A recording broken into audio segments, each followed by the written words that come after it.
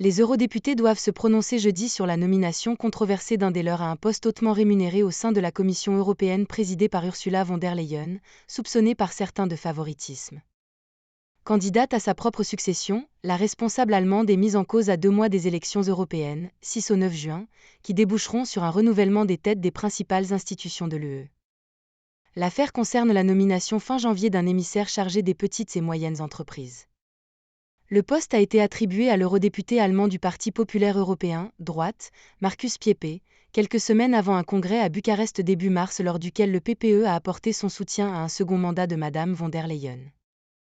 Et on a amadoué un député européen parmi les plus grands détracteurs d'Ursula von der Leyen et au sein de l'Union chrétienne-démocrate, CDU, pilier allemand du PPE, dont elle est membre, dénonce l'eurodéputé écologiste Daniel Freund. Cet élu allemand a déposé un amendement au Parlement européen qui appelle à y annuler cette nomination. Ce texte n'est pas contraignant.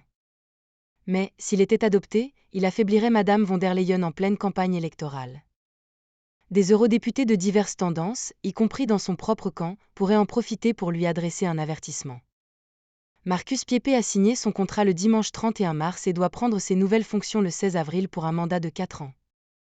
Le poste de grade 15, l'un des plus hauts de la hiérarchie européenne, devrait lui valoir une rémunération de 18 430 € bruts par mois, selon la grille officielle. Toute nomination doit prendre en compte l'équilibre géographique et l'égalité des genres. Pas l'appartenance à un parti, a taclé mardi la tête de liste des libéraux, Renew, Valérie Ayé sur X. Le vote est prévu dans l'hémicycle bruxellois vers midi. Le soutien du PPE, qui devrait rester le premier groupe politique dans le prochain Parlement, ne garantit pas à Ursula von der Leyen d'être reconduite à la tête de la Commission. Ce choix reste une prérogative des chefs d'État et de gouvernement de l'UE qui en discuteront après les élections de juin.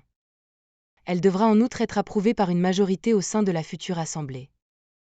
La Commission européenne divisée. Le chef de la diplomatie de l'UE, Josep Borrell, ainsi que 3 commissaires, le français Thierry Breton, l'italien Paolo Gentiloni et le luxembourgeois Nicolas Schmit, ont réclamé une discussion au sein du collège des 27 commissaires, en questionnant la transparence et l'impartialité de la procédure de nomination de M. Pieper. M. Schmit est lui-même le porte-drapeau des sociodémocrates aux élections européennes.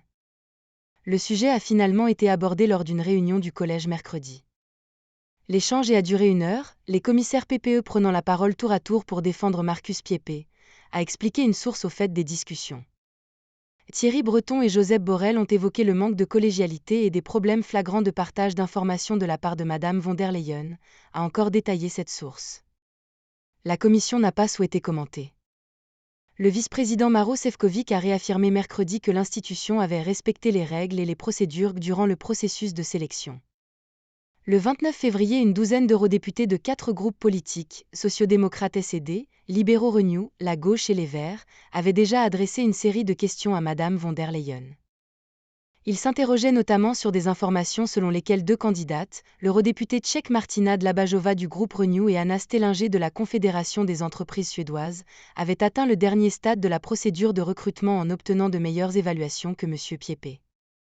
Le porte-parole de la Commission, Éric Mamère, a choisi une métaphore footballistique pour justifier la victoire de M. Pieper à l'issue des entretiens finaux. Dans certains tournois de football, il y a une phase de poule après laquelle 2 équipes passent au tour suivant, les compteurs sont alors remis à 0 pour la suite, a-t-il expliqué.